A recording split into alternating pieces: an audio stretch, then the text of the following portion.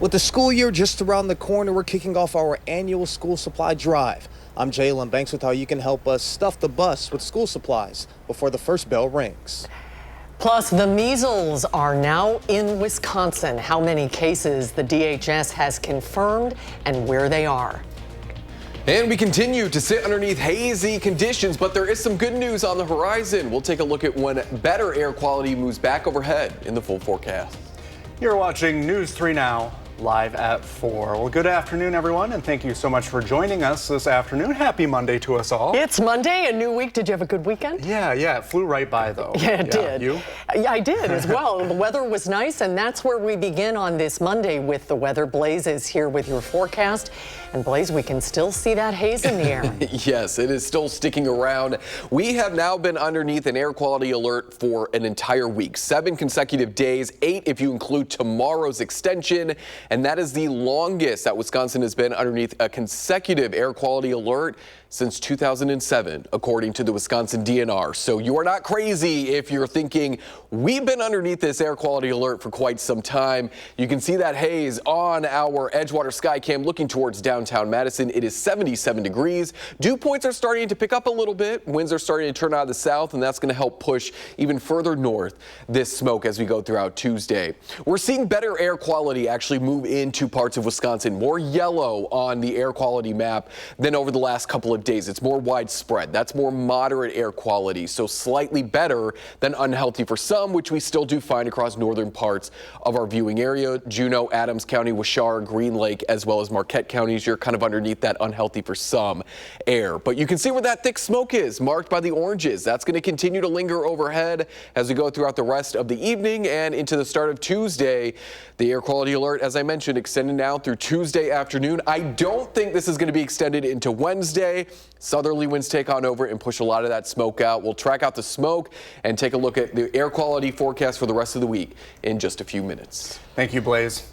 Breaking news now. One of the suspects in an alleged poison plot is in court. Online records show a cash bond was set for Andrea Whitaker for $15 million. The DA has charged Whitaker with 3 counts of attempted first-degree homicide as a party to a crime, aggravated battery, recklessly endangering safety, and stalking resulting in bodily harm. A criminal complaint alleges Whitaker and Paul Van Dyne, who she was in a relationship with, conspired to poison women he previously went on dates with. She'll have her arraignment in Dane County, where she is also charged tomorrow. Also tomorrow, Van Dyne will be in Dane County Court for an arraignment. He's charged in Dane County with 1 count of conspiracy to commit a first-degree intentional homicide and stalking as a party to a crime. We'll continue to follow this case as it makes its way through both Rock and Dane County courts. You can receive updates directly to your phone as soon as we have new information by downloading the free Channel 3000 mobile app. 1 person is dead after a crash last night involving just 1 car. The Wisconsin Dells Police Department says a driver was heading east on State Highway 23 when they failed to negotiate a curve with the Broadway Road intersection.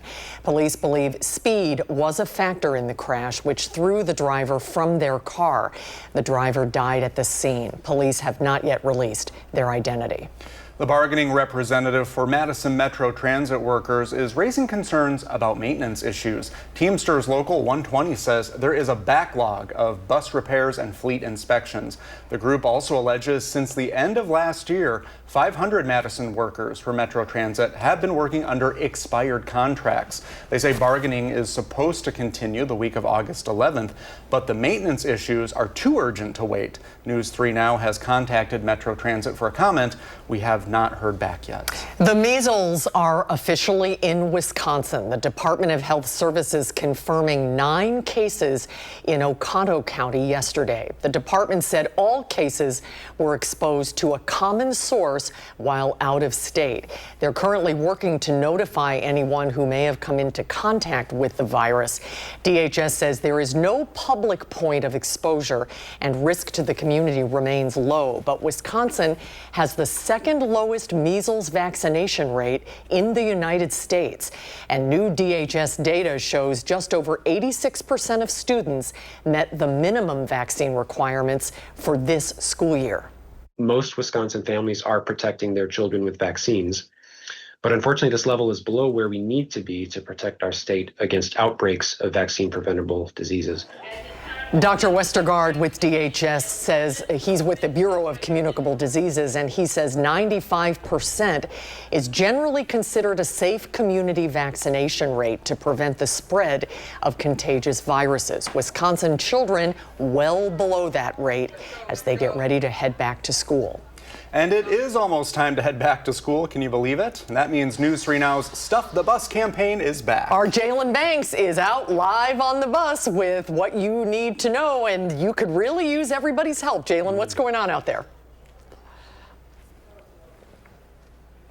Susan and Brady, the school year is just around the corner, and I know that feels weird saying it's almost as if summer has just gone by in the blink of an eye. But with that, we're kicking off our annual back to school supply drive, as you mentioned, by trying to stuff the bus.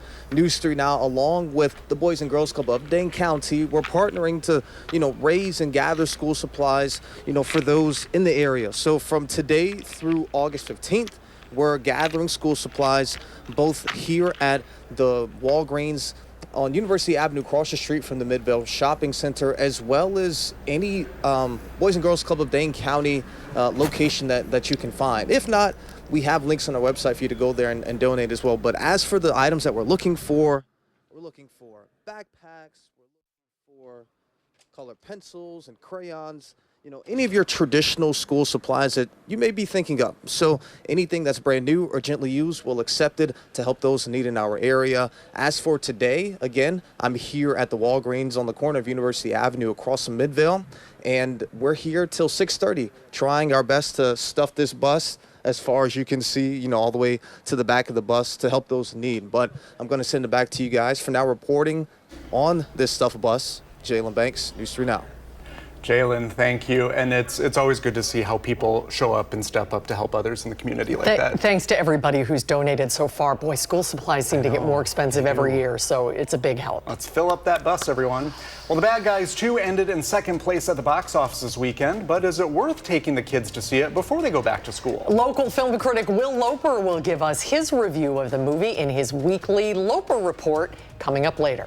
And the hazy conditions continue for now. Blaze Keller shows us how much longer we'll be under an air quality alert coming up in his first warn forecast. Plus, a group of legislators from Texas are in Chicago today to avoid a vote. We'll tell you what they're threatening to do in retaliation when we come back.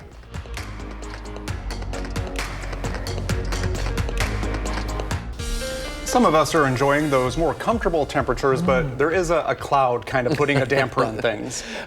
Yeah, that smoke that's been around seemingly forever. It kind of is seeming like at this point, but we have been underneath an air quality alert for a week, and we will make it to 8 days consecutively. And as I mentioned, that's the longest that Wisconsin has been consecutively underneath an air quality alert since 2007, so almost 20 years. The good news is the hazy conditions, they are going to be moving on out of here.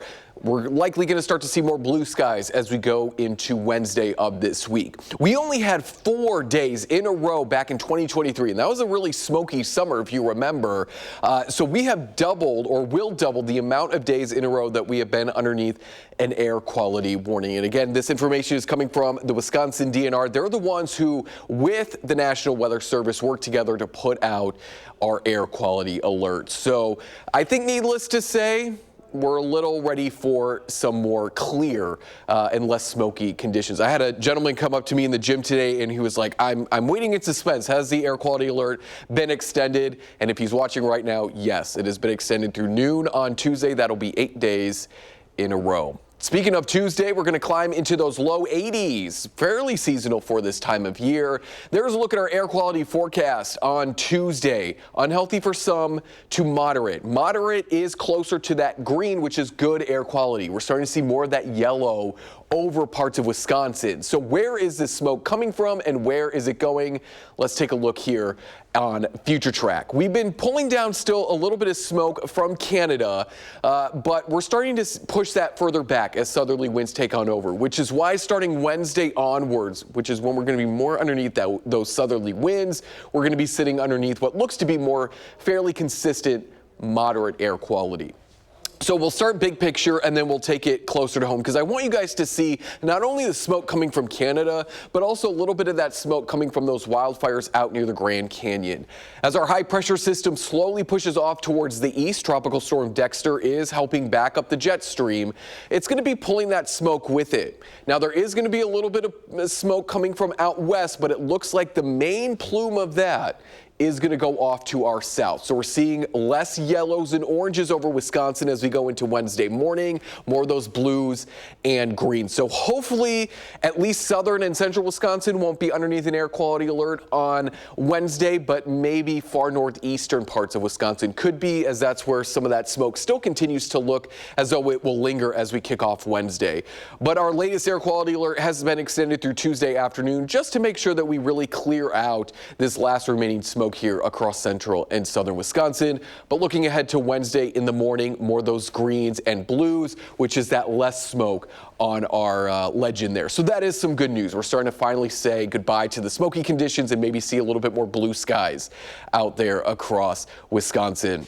Tonight, upper 50s to low 60s, not as cool as where we have been over the last couple of nights. I mean, starting off August, some of our nights were getting into the upper 40s. So it is still fairly mild, but we're getting closer to where we should be for this time of year.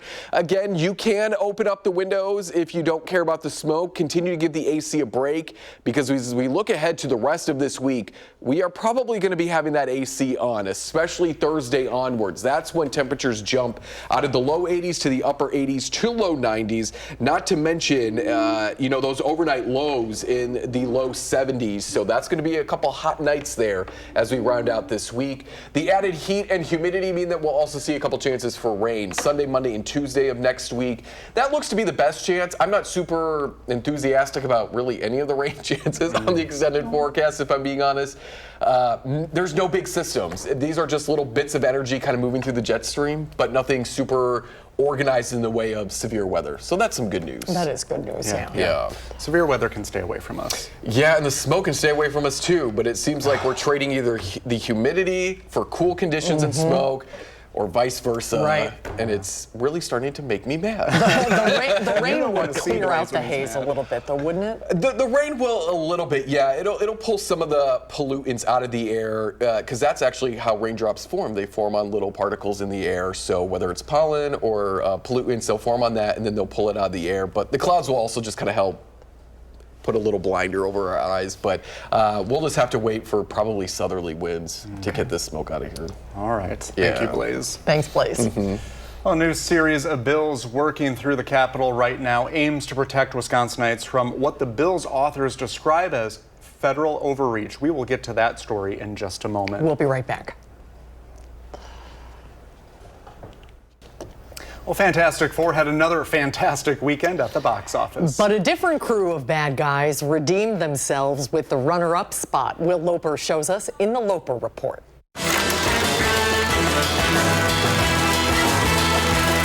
May, Susan, and Brady. The Fantastic Four remained on top at the box office this past weekend. While the newest film in theaters, The Bad Guys 2, landed in second. But should you get the crew together and head to theaters to see it? When it came to being bad, we were pretty good. Who am I kidding? We were the best. Sam Rockwell, Awkwafina, Craig Robinson, and more return as the group of criminal animals who turned good after the first Bad Guys film in 2022. It hasn't been easy with a reputation like ours. Now you want to work at a bank. Why not? Some of my best memories are at banks. You robbed us 3 times. That was this bank? But when a mysterious phantom bandit frames them for a stolen luchador belt, they get sucked back in for another job. So, are we bad again? We just got to do this one last job. The movie adds many new characters and a plot full of twists and turns, but it zips along at such a pace that kids will never be bored. And even if younger audiences can't keep up with the plot, there's plenty of humor involving bodily functions to keep them entertained. Oh, buddy, I'm sorry. What? No. Help me. Fans of the first film and heist movies like the Ocean's films will more than enjoy The Bad Guys 2, which is worth seeing in theaters, and for kids on repeat when it comes to streaming. First time for everything, right? For Live at 4, I'm Will Loper. And at the very least, you can go somewhere to get out of the smoke. That's true. Yeah. That's a good point. Well, in some of our political news, a new series of bills working through the Capitol right now aims to protect Wisconsinites from what the bill's authors describe as federal overreach. Political reporter Will Keneally sat down with the bill author and has more. It's billions of dollars, and That's what Verona State Rep Mike Baer says is the financial impact of what Wisconsin sends to the federal government. Wisconsin is one of the states where we get more from the federal government than we send to Washington. But this new bill would say if the Trump administration turns off the faucet of money coming into Wisconsin, Wisconsin will turn off its faucet of money going to Washington. if the federal government was holding dollars, the state government would hold dollars. And that's just one tool that we're hopeful would be useful in making sure that those dollars would be flowing to Wisconsin to have that economic benefit and do the programming that Wisconsinites rely on. This is part of a package of bills that is similarly geared towards providing some of those stopgaps for the Wisconsin state government. We'll have more on this coming up tonight at 5, including how Wisconsinites' personal data could be protected as well. Reporting in Madison, Will Keneally, News 3 Now. Thank you, Will. It is almost time to head back to school, and that means News 3 Now's Stuff the Bus campaign is back. Let's check back in with our Jalen Banks, who is out live with the bus, hoping to get it all stuffed. How is it going so far, Jalen? And remind people who aren't familiar with this campaign what we're doing with the Boys and Girls Club today.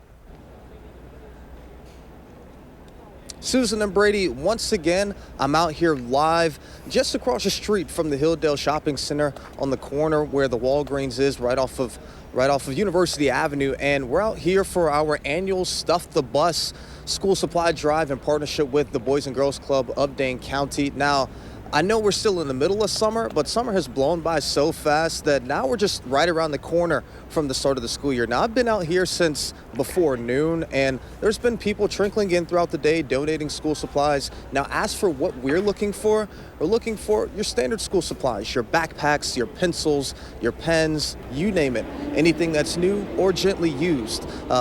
From today through next Friday, we're collecting these school supplies both at this location and at any Dane County Boys and Girls Club location that you can find, as well as online. We have links on our website that'll take you to the Boys and Girls Club of Dane County website, as well as an Amazon wish list for, the school supplies that those in need may need. Now, as for the number of students that we're looking to serve by stuffing the bus behind me, we're looking to serve around 500 students this upcoming school year. Now, as for today, if you want to come out here and see myself, some of our other volunteers, or step on the bus so you can donate, we're out here till 6:30. Again, we're at the Walgreens right off of University Ave, across the street from the Hilldale Shopping Center. But I'm going to send it back to you guys. For now, reporting live on Madison's west side, Jalen Banks, News 3 Now. All right, Jalen, thank you, and we'll continue to check back in with him later on. Well, coming up on Live at 4, after a false alarm at the UW Arboretum today, UW police have a message for people looking to get rid of certain devices.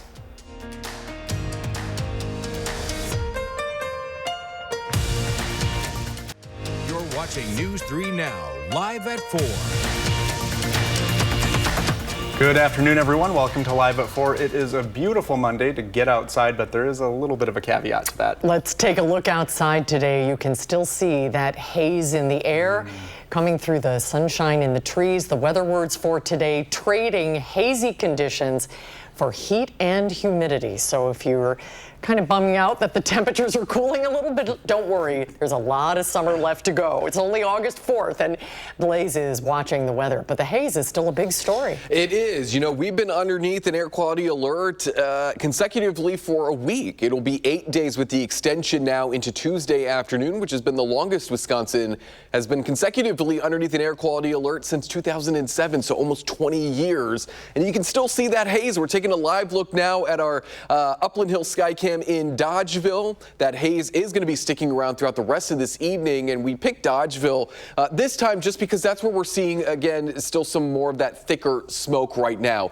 But where we find the oranges and even those darker reds along the Wisconsin River, that's where we find most of that thicker smoke beginning to move now into more of central parts of our coverage area. Air quality is moderate to unhealthy. Sometimes that graphic just likes to update a little bit, and our air quality alert is still in effect for all of central and southern Wisconsin, all of the News 3 Now coverage area until noon on Tuesday. I think after that, I know I've been saying that it's likely going to continue to be extended, but I think this is the last time it will happen, hopefully, so that we can start to get some more clean air overhead. But as Susan and Brady, you guys were mentioning, we're trading the haze for the humidity. So we'll take a look at how hot we will get, how humid we will get, and how long both of those will last coming up in the full forecast. Thank you, Blaze. Well, let's get back out to our Stuff the Bus event today. News 3 Now has a crew out all day today. We're helping the Boys and Girls Club of Dane County collect school supplies to get kids ready for a brand new school year. And let's rejoin Jalen Banks, who's live at Stuff the Bus with an update. How's it going, Jalen? Susan and Brady, yes, I'm here at our annual Stuff the Bus school supply drive in partnership with the Boys and Girls Club of Dane County. The school year is just around the corner. Summer's flying by, and joining me is Jacob Schulk, the director of the Fleming Boys and Girls Club location. So Jacob, I mean, programming for you guys doesn't really die down. It's kind of a year-round thing. But how does it feel knowing that the school year is just around the corner? Oh, no, yeah. School year is coming up quick. How quick? I don't know how it got there. But, yeah, we've been doing summer programming for our youth. We've been doing it for our teens. We've been open 9 a.m. to 9 p.m. And then we're taking just a quick recess where we're stuffing the bus. We're getting a bunch of school supplies, getting our kids ready. And our goal is to serve about 500 kids for this event and really just get them the school supplies that they need to be successful for the school year. And it's just such a critical time to get everything together. But yeah, registration's up around the corner, school's coming up, and here we go. Absolutely. So for those at home watching, for those that may be driving around and learning information later, as far as what we're looking for school supply wise, can you just kind of detail, what we're looking for to stuff the bus with? Yeah, absolutely. So pretty much your standard stuff. We need pens, we need pencils, we need folders. If you got a binder, that'd be awesome. There's high schoolers that are coming through. So if you have a calculator, if you have maybe a 3-ring binder, Trapper Keeper, whatever it is, really just anything that we can do to make sure that these kids have the supplies they need all year round and really set them off on the right foot. And so we're currently at the Walgreens on University Avenue here until 6:30 p.m. As for those that can't make it out today, where are some places that they can go to in order to be involved? Yeah, absolutely. So for starters here, this Walgreens on Midvale and University, you can drop off supplies, stop in the store. There's a list at the counter where they're like, hey, these are the supplies that we need for our kids, and you can donate them the entire week through the 15th. And then we also have a website, which is bgcdc.org/back2school, where we have a list of all of our other locations and where you can drop off school supplies, as well as go to our Easy Office and Amazon shopping list. Can they also go to the Boys and Girls Club locations to drop some of this off? Yeah, so if you're in the neighborhood and you have some school supplies, be my guest. I'd love to pick some up, and I will make sure that they get on that bus for you. All right, well, sounds good. Thank you, Jacob. As you just heard them, we're out here till 6:30. You have all those locations you can go to and those supply lists both at the locations, and you can find them online on our website and on the Boys and Girls Club of Dane County's website. But I'm going to send it back to you guys in studio. For now, reporting live in Madison, Jalen Banks, News 3 Now. Thank you very much, Jalen. Well, happening tomorrow, new protection measures for Madison's trees will be introduced at the city's Common Council meeting. Key details of the proposal include increasing protection zones around trees in construction areas, suspending or revoking permits for tree protection violations, and establishing a tree replacement fund if street tree removal is needed for a project. Trees, we certainly know, do provide a whole suite of benefits: environmental, psychological, social benefits. And what we're realizing and have known for a while is that the majority of those benefits really come from our mature trees. The proposed ordinance would support those mature trees and create space to plant more trees that could take decades to fully mature. A grenade-like device was found in the UW-Madison Arboretum this morning, and it prompted the area to be closed off for a little more than an hour. Kyle Pazorski shows what happened. The UW-Madison Arboretum closed off Monday morning after a grenade-like device was spotted on a boardwalk. It was found by a visitor in the eastern portion of the more than 1,200-acre property. The UW-Madison Police Department, along with Dane County Hazardous Device Unit, determined after about an hour it was only a training device with nothing inside to do any harm. UWPD spokesperson Mark Levicott says it's becoming more common for law enforcement to come across these types of devices, oftentimes found in homes of former military service members or their families. Call your local police department. Just let them know.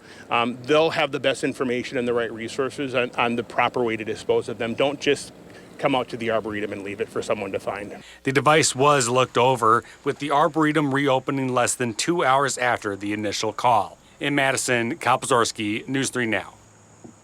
Thank you, Kyle. It was in January 2024 when a similar military grenade was found in a donation bin at an Ashland, Wisconsin Goodwill. Thankfully, no one was hurt at that time, and it was disposed of by the authorities. Again, if you find something like that in your home, contact your local police. Well, when we come back, local author Doug Moe helped co-write a book about the life and legacy of a legendary Wisconsin lawmaker. Yeah, Doug Moe and former Senator Fred Risser join us later for a look inside Forward for the People, the autobiography of America's longest-serving legislator.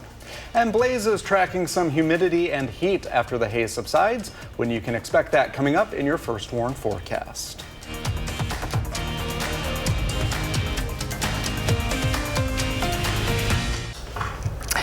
Welcome back, everyone. In California, forestry officials say the Gifford fire in Central California is now bigger than 65,000 acres. It's one of 14 active fires in that state, with 7 having started over the weekend, and 3 people have been injured so far. Air tankers are dropping flame retardant to combat wind that is fanning the flames across California, Nevada, Arizona, and Utah. Fire crews are working long days to fight the current fire season. The type of fire that is burning right now and what is projected, they probably will be down there for the full 14 days. The Gifford fire is burning along the edge of where the Madre fire was last month. Fire crews are hoping the burn scar from that blaze will help contain the Gifford flames, which is only 3% contained as of this afternoon. We're trying to get rid of some of that smoke that's been lingering in our area. Here is Blaze Keller. That's right, and some of that smoke from out west is drifting its way here across parts of the Midwest. But the good news is we're going to be saying goodbye to some of that smoke, not only from out west, but also from Canada as we go into the second half of this week. We're looking at more moderate air quality, so getting closer to that good air quality, which is where I'd really like us to be, and I think a lot of us at home would like our air quality to be there as well. But there may be some thin smoke continuing to linger as we go into the second half of this week. But we're going to be saying goodbye to it because southerly winds are going to take on over starting later Tuesday, and that's going to bump up our temperatures and bring back some of that humidity as we go here over the second half of this week into the upcoming weekend. So tomorrow, our high temperatures are going to be right around where we should be for this time of year, in those low 80s, upper 70s along the Lake Michigan shoreline. At this point in the year, our high temperature and our low temperature, they're going to start to cool on down. So we've already gotten past the warmest point of the year, which is July. So as we go over the next couple of days, most of our temperatures are going to be warmer than average, but just keep that in mind. Again, our high temperature from here on out is going to be cooling on down. But that, all of that to say, as we go Thursday, Friday, Saturday, and even Sunday, we're going to be in the mid to upper 80s, if not a few low 90s here as we go into Thursday onwards. So that's going to put us about 5 to at least 10 degrees or so above average for this time of year. And maybe by the middle of our upcoming work week, we start to cool on down. But again, I tell folks, the further we go out into a forecast, the less accurate it's going to be. So I actually wouldn't be shocked if we stay warmer than average as we go over the next couple of weeks. We don't really really see a big cool down on the horizon. The jet stream is still going to stay off to our north into parts of Canada. So as southerly winds take on over, that means that our humidity is going to return, but we'll be at least saying goodbye to that smoke. Take a look at our dew points climbing out of this low to mid 60s into those mid to upper 60s to low 70s starting Thursday. So these are dew points that you're going to feel as you step outside. That coupled with the upper 80s to low 90s, it's going to feel very summer-like out there. It's also going to bring back a couple chances for rain starting Wednesday night into Thursday. Thursday night, we dry out Friday. But I think the best chance for rain is actually going to come as we go into the upcoming weekend and then into the start of next week. But none of these rain chances really get me energized. Nothing is really speaking to me like this is likely going to be a big rain washout event. A little bit of energy is maybe going to slip across the jet stream as it moves across the United States and maybe spurs a shower or thunderstorm. At least here in central and southern Wisconsin, we're not looking at a lot of heavy rain over the next 7 days, upwards of maybe a half an inch in some spots. Closer to Camp Douglas and further north and west into northwestern Wisconsin, that's where more of that rain is going to be occurring over the next 7 days, so the rain totals are going to be a little bit higher. But again, we could stand to dry out. We've certainly got a lot of rain back in July. We've scaled back the drought conditions to basically none across the state. So, you know, we could stand a couple days to be dry, but it does look like rain chances pick up here as we end the weekend going into the start of next week. When Madison Democrat Senator Fred Risser retired in 2021, it was the end of a career that spanned 64 years, and he remains today the nation's longest-serving legislator. Senator Risser's life story is the story of Wisconsin politics over 7 decades, and he shares it all in his new book, Forward for the People. The autobiography is a joint project. It was co-written by Madison author Doug Moe. Welcome, gentlemen. Welcome. Great to see you both.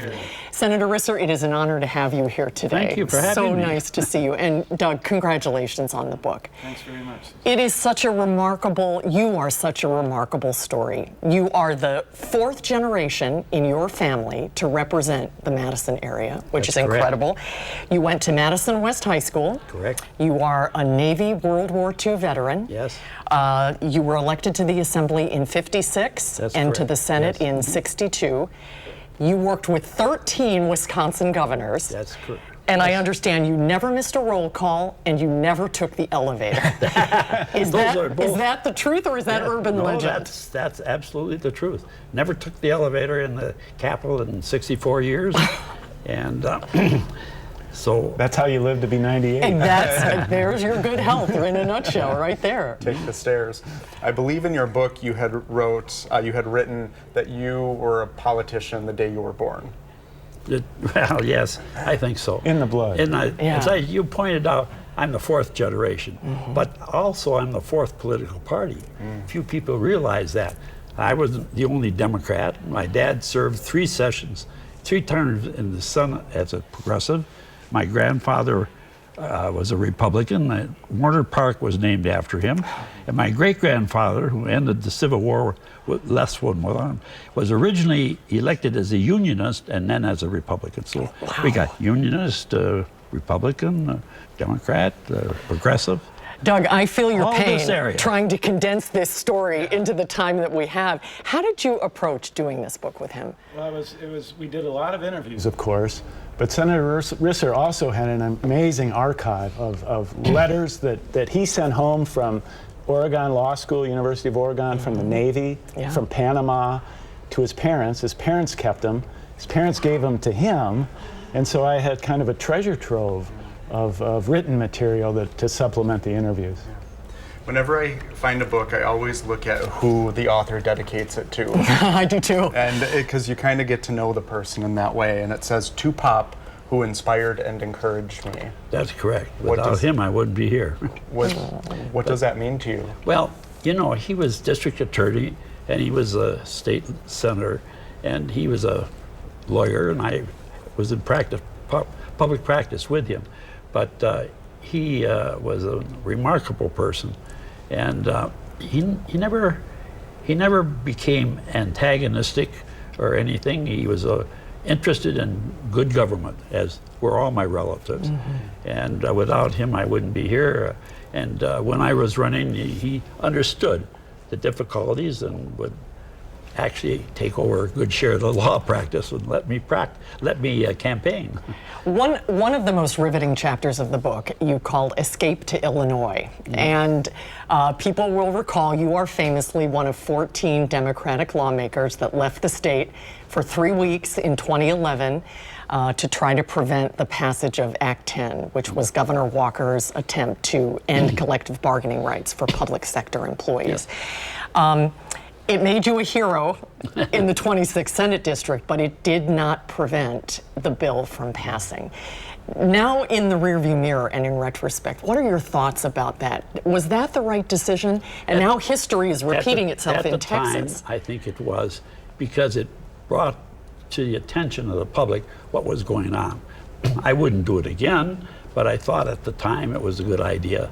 And as I say, it did bring the attention to the public, and we came back and pursued our job as legislators.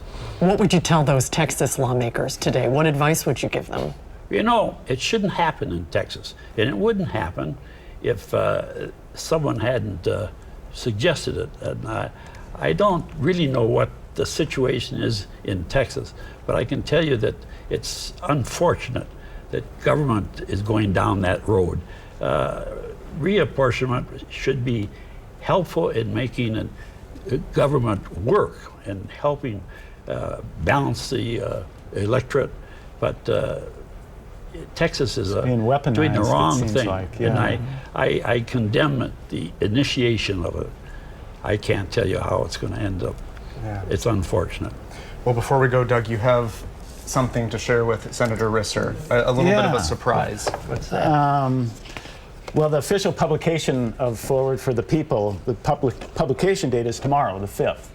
And Mayor Sadia Rhodes Conway has made an official mayoral proclamation that tomorrow, August 5th, is going to be Fred Risser Day in Madison. Oh, my golly! See that? Senator Risser, can you hold that up so everyone can see it? Here, I can help. All right, yes. Tomorrow, no one is allowed to take the elevator. Everyone has to take the stairs. Stairs only. Well, that's a surprise, I'm sure. That is well deserved.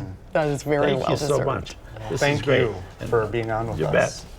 And Doug, the official launch of the book, do you want to quickly say is in September, right? No, it's well, we have a launch event in September, right?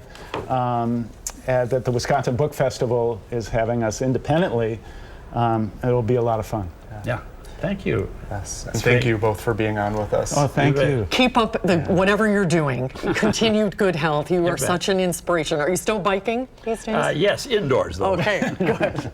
Great to see you both. Congratulations. Thank you. We'll be right back.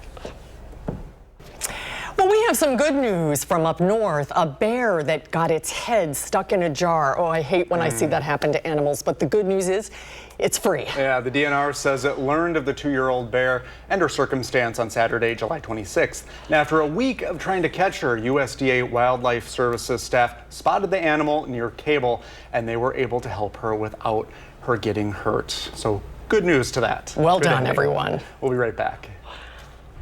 Well, tomorrow on Live at 4, Josh Spreiter previews a big event for the Iowa County Cancer Coalition.